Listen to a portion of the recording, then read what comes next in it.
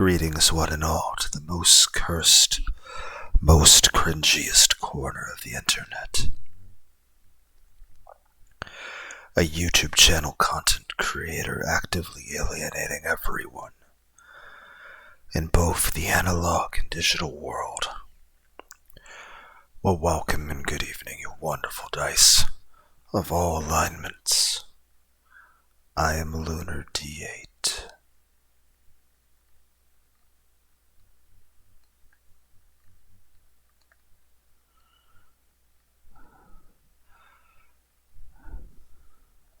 If you're under the age of 18, you shouldn't be on the internet.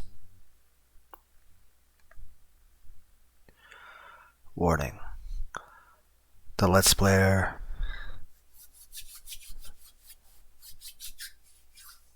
plays video games. Warning. The protagonist suffers from mental disorders. The game may contain references to violence, murder, and suicide. The game contains depiction of suicide. The game contains references to rotten shawarma and other unpleasant and strange things.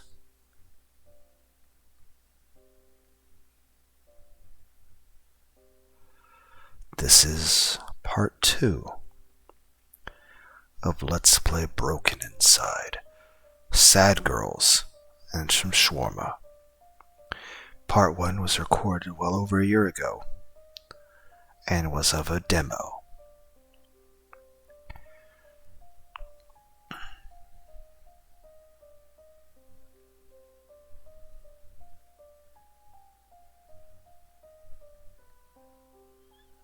Normally I wait to purchase video games when they're on sale, but since this game was only $4.24,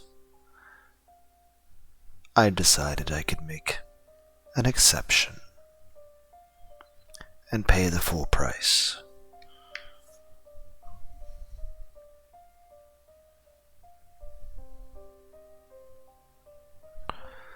This music sounds like it belongs in a creepypasta narration.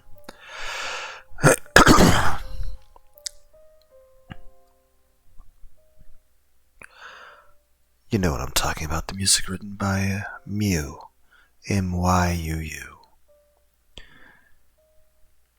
I remember there being channels, Mr. Creepypasta, Creeps McPasta, and 1,000 others.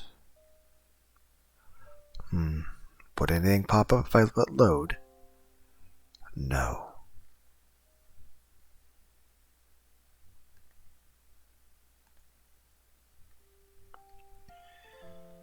How boring. Every day is the same. Lessons, nasty teachers, and annoying classmates. But even with a strong desire to change my life, I can't do it. I just have no choice. Every day I wake up, eat breakfast, and go to school. In the evening I head home, listen to music while looking out the window, and then go to bed. It is like I am trapped in a cage. There is no way out. The thought of salvation lying only in death plagues my mind on occasion. But I do not want to die. Life is beautiful, yet how do I begin to live it? How do I feel it? I do not know, and that pisses me off. I don't want to die. I just yearn to feel alive. Perhaps I do not need to change anything. My life is pretty quiet and gray. Or rather, it was until I met her. You only live once. The first day. Hi. I've been watching you for a long time and wanted to meet you. She has been watching me My name is Akiko. Let's be friends. Oh, typical and boring. Another stupid girl wants to be friends with me. Does she really think I can be interested in her? I have to play the role of the smart, beautiful, and excellent Shion to stay the best top of the class. I hate it. I hate it all. And yet I must play along. Yes, of course, my name is Shion. Nice to meet you. I know your name, silly. Of course, you have been spying on me. The moment I want to politely get rid of her, she suddenly says, "Do you want to go to the cafeteria together?" What? This insolence almost makes me say what I really think about her. Sorry, but I'm not hungry. Then why don't we just sit here and talk? I want to get to know you better. What is wrong with her? She fails to understand I do not want to talk. Akiko? What? Let's talk after class. Alright, see you later. Having said that, she left. Oh no. What have I done? Why did I not just tell her I was busy? But why do I care so much? As soon as class is over, I will just go home without meeting her. It is that easy. Damn it. Class is over and that girl is already here waiting. What should I do? Should I tell her that I have something urgent to do? Shit. Nothing springs to mind. It can't be helped. I have to chat with her for a bit. Okay, let's just pretend I am interested in what she has to say. Sooner or later our paths apart. She is not going to be a nagging shadow all the way home, right? The entire time I am just waiting for my companion to leave. But it doesn't happen. She follows alongside me right to my house. That is in the distance. Her mouth just will not shut. Every topic you can imagine spews from her mouth, ranging from clothes, cosmetics, coffee shops, various gossips. Basically everything that girls her age can talk about. Tish, how boring. On this walk, I have been pretending to listen to her carefully. In reality, I dream of the glorious haven my home will offer to break free from her. And now, finally, that moment has arrived. It was very nice talking to you, but I have to go. So that's where you live. Yep. If you want, I can walk you home tomorrow, too. I do not reply, and turn my back to her, leaving. Just like that.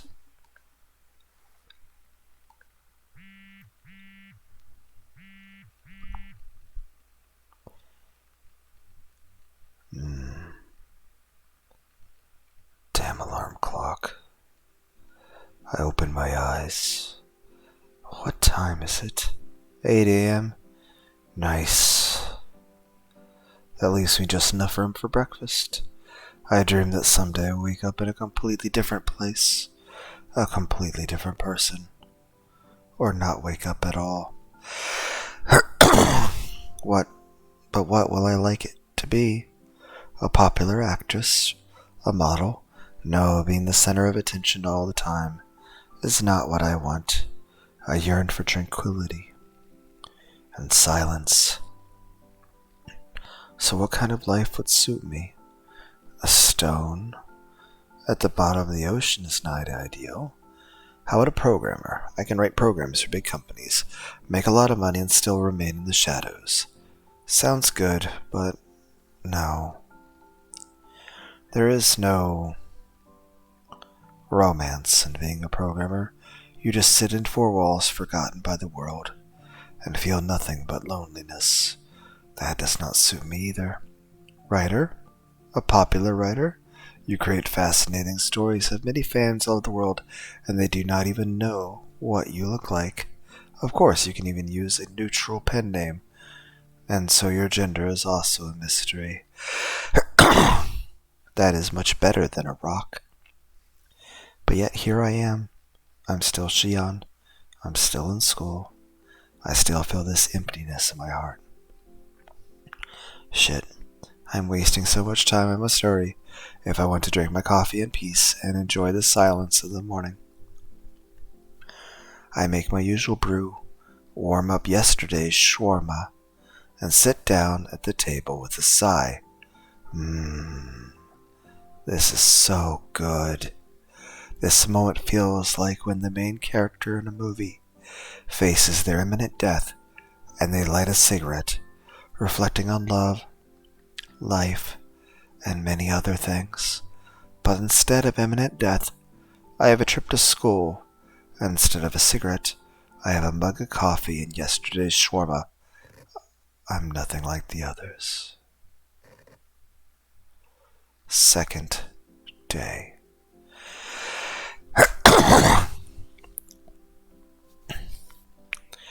At school, everything is just the same as it is day to day. Once half of class is behind me, I plan to relax and get some cold juice. Just as I rise from my seat, Akiko appears in front of me. That annoying girl again.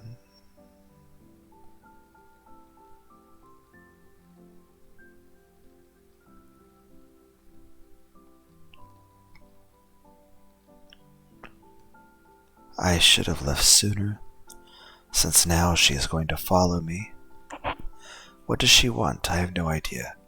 The only way to find out is to ask. But how can I do that when I don't even wish to talk to her? Shion, hi there. Hi. Shall we go to the cafeteria together? I was passing by and thought I'd invite you. Of course she was just passing by. I'm not hungry, go without me. So then maybe you'd like some juice? I grabbed a couple on the way. She hands me a box mixed with apple and grape. Damn, just the one I wanted. I do not wish to take anything from her, but the cold juice beckons me. Well, she is wasting my time and spoiling my mood. At least let her be useful in some way. Thank you. That's just in time. How did you know I liked this flavor? I guessed it. We are so much alike that I feel the same as you do. We are soulmates. I look at her disgruntled. Okay, I just see you drinking that at break all the time. She really is a stalker. Instead of commenting on her creepy behavior, I unpack the straw so I can start drinking the sweet beverage. Akiko does the same. Just as we finish our juice, the bell rings for class. It was nice spending time with you. Well, I'm going to run. I can't say the same, but I have to thank her for the gift. Thanks for the juice. You're welcome. I open my mouth to ask her to throw the box in the trash, but change my mind. What if that freak takes the straw that I used? It's scary to imagine what she'll do with it. Akiko, meanwhile, just walks away. When class is over, I want to go home, but I see her again. She follows me and devours my brains again with her talk all the way to my house. As I am about to say goodbye, I trip and hit my knee on the asphalt. Damn. It hurts so bad. Are you okay? Can you stand up? Yes, it's just a scratch. Of course, I lie despite the pain. Let me help you get to your place and treat the wound. What did she say? Does she want to come with me to my place? Her insolence knows no bounds. I try to get to my feet, but the pain in my knee prevents me from doing so. Damn, I am actually going to need her help. Let me help you. Okay.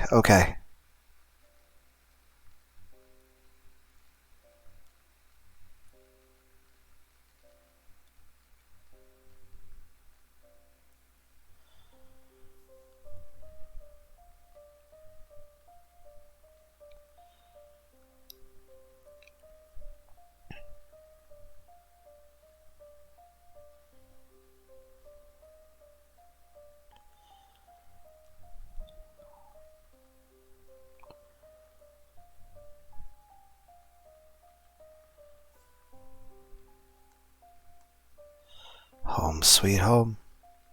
I sit on the couch, but Akiko is at my side, treating the wound. How could this happen? When I woke up this morning, could I have predicted this? and how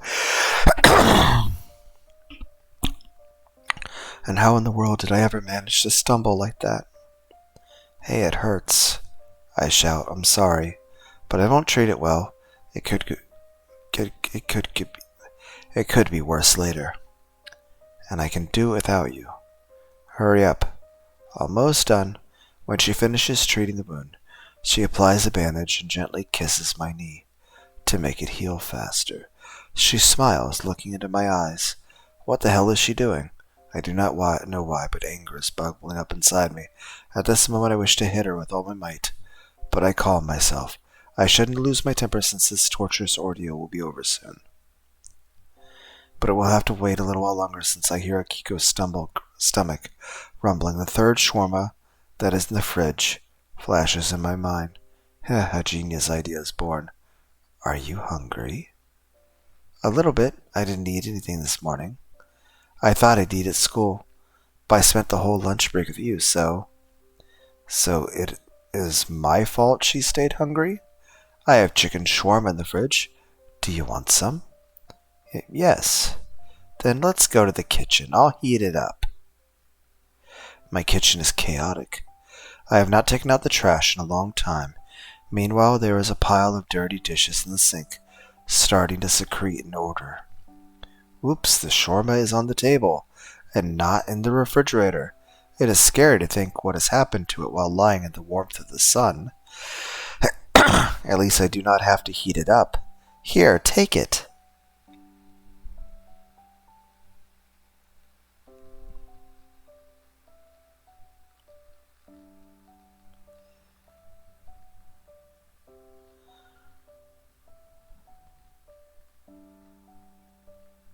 You know, there's nothing quite like repaying someone for being your friend and treating your wound by feeding them severe food poisoning that could, be lethal.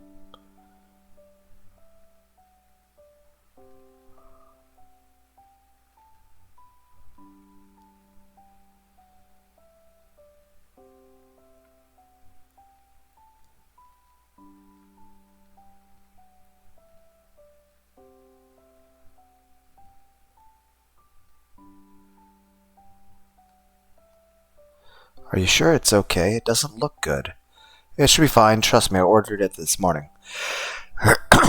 Oh, okay. What about you? Are you going to eat? We can cut it in half. Does she suspect something? No, I don't eat after 6 p.m. Okay then, bon appetit for me, she says and begins to eat. Akiko eats carefully without hurrying. This girl is starting to annoy me more and more by the minute. Is this her superpower? I'm looking around and a knife catches my eye. We could probably, cut some vegetables. That'd probably be healthy to eat. Well, I guess we could do that too. That's a different direction to go in. We could kill her. Then I'm pretty sure the food poisoning is going to do that. A strange thought flashes through my head. That girl better leave as soon as possible. When she finishes, she does not look well. Most likely the shawarma had already gone bad and had a very unpleasant taste. But in spite of that, Akiko ate it all. I am disgusted to even imagine it. But she just went ahead and did it. Wow! Enough fun and games. It is time for her to leave. Can I have some water? She wants water? Of course. Wait a moment. I rinse out the first glass I can find and pour water into it from the tap, of course. Please, take it. But Akiko pays no attention to me since her eyes gaze at the refrigerator.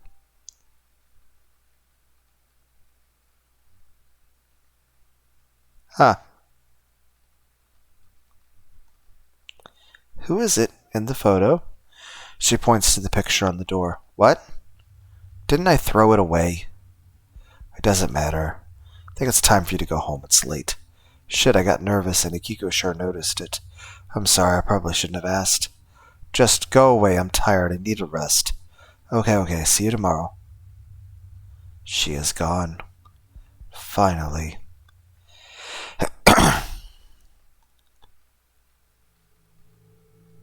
When I was young, I had to hold back all the feelings that were inside me.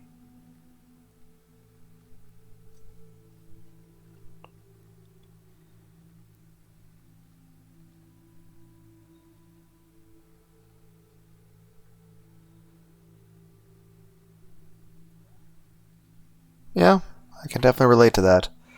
For a lot of my life, I kept a lot of things bottled up. Then I'd say in my early 20s, some really bad things happened. I felt really bad. And my decision of how to handle that was to talk to people about it. So I talked to my friends a bit. Not about all the more serious things, but over the most recent occurrences and the things that they were, well, aware of already. Granted, there was other things bothering me, and things that had been bothering me for a long time that were much more serious than what I actually discussed with them. But what I did discuss with them was indeed something that was bothering me quite a bit, and something they were already aware of. I was simply at a point emotionally where I just couldn't keep it bottled up anymore. However, I still, in fact, kept most things bottled up, but I did at least vent in the regard of talking about the things that were recent events and things that they at least already knew about. And they listened, and I still do appreciate that they did that to this day, and it did make me feel better. However, I do feel like I probably annoyed them quite a bit.